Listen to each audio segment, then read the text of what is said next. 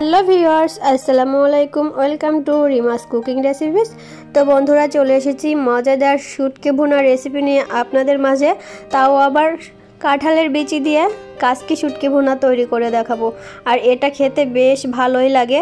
যারা কখনো ট্রাই করেননি অবশ্যই একবার এভাবে ট্রাই করে দেখতে পারেন, ইনশাল্লাহ অনেক মজা হবে। তো চলুন আমরা কথা না বাড়িয়ে মূল রেসিপিতে চলে যাই। তার আগে আমার চ্যানেলটি ভালো লাগলে একটু সাবস্ক্রাইব করে দিবেন, পাশে থাকা বেল আইকনটি প্রেস করে অল অপশন ক্লিক করে দিবেন। এতে করে আমি যখনই নতুন ভিডিও আপলোড করব কিন্তু সঙ্গে সঙ্গে নোটিফিকেশন পেয়ে যাবেন।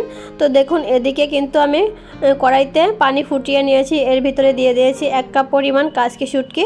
তো 1 মিনিট মতো এটা সেদ্ধ করে নিব। এতে করে এর যে বাজে স্মেলটা সেটা বেরিয়ে যাবে, আর এতে যদি কোনো বালি থাকে সেটাও কিন্তু বেরিয়ে যাবে। তো খুব সুন্দর করে ধুয়ে নিয়েছি আমি। এরপরে আমি চুলায় একটি প্যান বসিয়ে দিয়েছি। কিছুটা পরিমাণ সরিষার তেল আর কিছুটা পরিমাণ আমি রান্নার সয়াবিন তেল দিয়ে দিয়েছি। দুইটা মিক্সড করে দিয়েছি। আপনারা চাইলে শুধু সরিষার তেল দিয়েও করতে পারেন।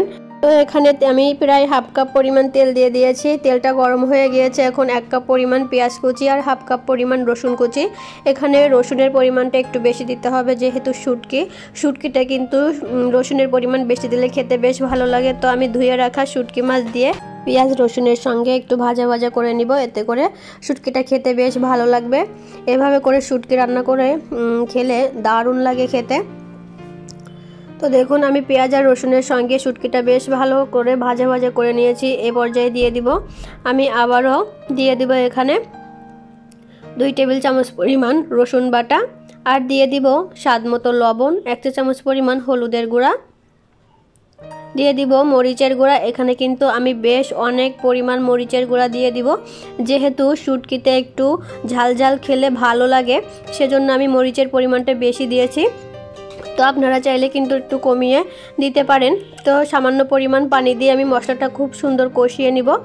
এরপর কিন্তু আমি এখানে কাঁঠালের বিচি দিয়ে দিয়েছি, তারপর দিয়ে দিয়েছি কাঁচা মরিচ। তো কাঁঠালের বিচিটা দেওয়ার সময় আমার ভিডিওটা স্কিপ হয়ে গিয়েছে।